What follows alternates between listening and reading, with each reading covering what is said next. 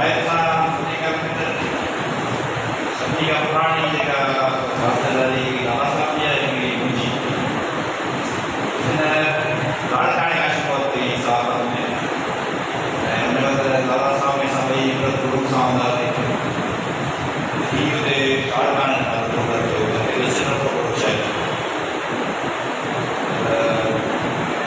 Meetings में ईंदो तमामु घटि अचणु थींदो हो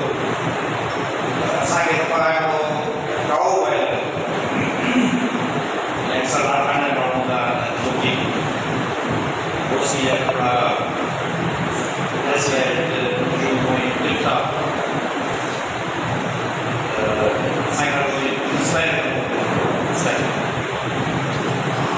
कुदरती तौर ते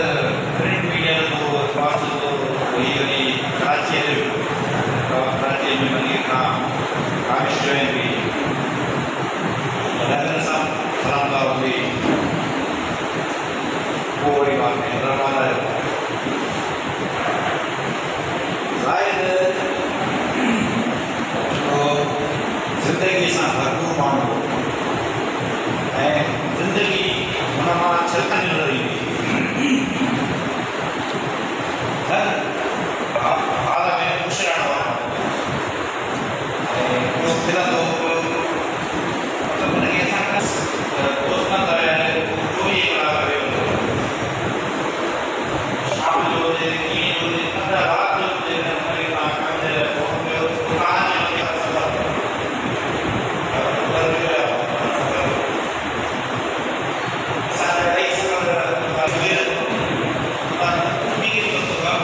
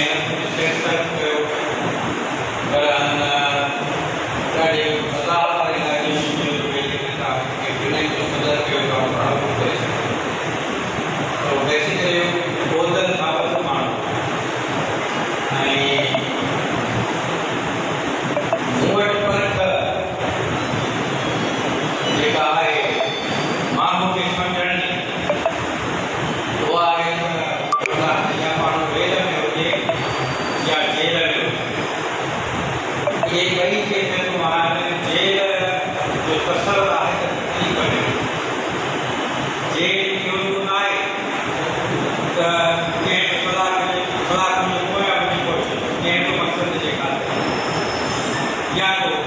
जो कम कजे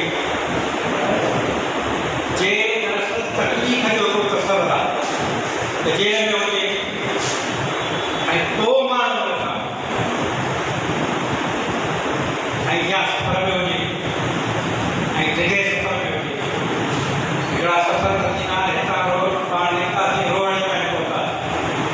ॿियो सफ़र आहे हिकिड़ा सफ़र थींदा आहिनि हितां निकितासीं इस्लामाबाद में पहुतासीं ऐं हिकिड़ा सफ़र हूंदा आहिनि जेके ज़िंदगी भर जा सफ़र हूंदा आहिनि ख़्यालनि जा सफ़र हूंदा आहिनि नज़रनि जा सफ़र हूंदा आहिनि तसवुरनि जा सफ़र हूंदा आहिनि जंहिंजो मतिलबु मां सम्झां थी त उनजो ख़्यालु केरु बि नथो करे सघे तमामु बहितरीनु शख़्स जो मालिक थो वञिणो उहे सभिनी खे आहे पर कुझु माण्हू अहिड़ा हूंदा आहिनि जेका पंहिंजी कारकर्दगी पंहिंजे अख़लाक सां हर कंहिंखे मुतासिर करे वेंदा आहिनि।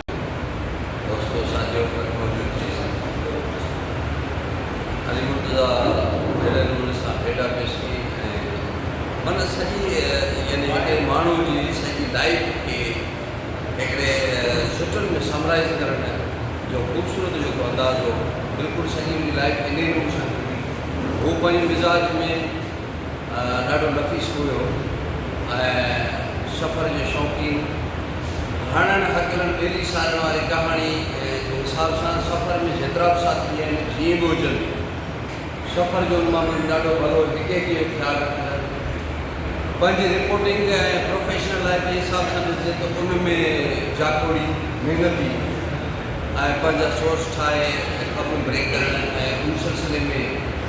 जेका सहाफ़ती इथिक्स आहे उन मूजिबि पंहिंजी प्रोफेशनल लाइफ खे गढ़ ज़ाहिर असांजो उहो दोस्त हुयो जेको असांखां न विसरण जो दोस्त आहे उहो मथां में विच में आहे पर हमेशह यादि आहे उन्हनि मिसालूं उन्हनि दोस्तनि सां गॾियल उन्हनि अॻड़ीअ में संगत में हलंदियूं हुयूं उन लाइ ज़ाहिर लाइ इहो शेयर थी ॾेखारायो उन्हनि के माण्हू तारीख़ थियनि था हिन घायल धरतीअ जे सीने जी अहिड़ी गहरी चीन थियनि था या दुनिया खे यादि थी या दुनिया खे बदिलायो ज़ाहिर पंहिंजे कलम ज़रिए माण्हुनि जो बुज़ुर्ग माण्हू आला इमानत ते पहुचायो ऐं हू खिलंदे खिलंदे असांखां विछड़ी वियो पर विसरियो न आहे ज़ाहिर जे यादि में अॼोके मेड़ाके में जेको यादि करणु सुठो आहे उहे अॻिते वधनि था सभ खां पहिरियों आऊं अली मुर्तज़ा डावरी खे दावत ॾींदुसि हू ज़ाहिर सां वॾो वॾो कदम जो हू अचे ई ज़ाहिर ते बदलंदो आहे नाले सां मशहूर है जो कोई शायर है प्रताप सिंहाणी ज़ाहिर के इन लफ्ज़ ने डिक्लेयर किया वो अपनी जिंदगी खुद जिया न बोझ बना न बनने दिया उसे लहरों से खेलने का शौक था तस्वीरों से बोलने का शौक था और यारों से मिलने मिलाने का बड़ा शौक था उसने कहते यारों से बातें पर दर्द को अपने अंदर पाला उसकी आदतें बच्चों की तरह थी वो तबीयत का दर्द था वो मज़ाज का सिकंदर था उसका जिस्म सौदा था उसकी आंखें जागती थी वो दीवाना था